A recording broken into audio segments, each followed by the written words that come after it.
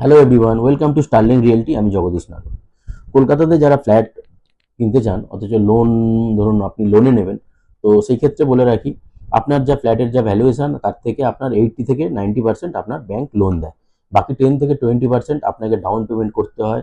এই down payment করতে গেলে আপনার কী কী ডকুমেন্টস লাগবে না, আপনার প্যান, আধার, আপনার স্যালারি স্লিপ বা আইটিআর আর ব্যাংক স্টেটমেন্ট, এগুলো লাগবে।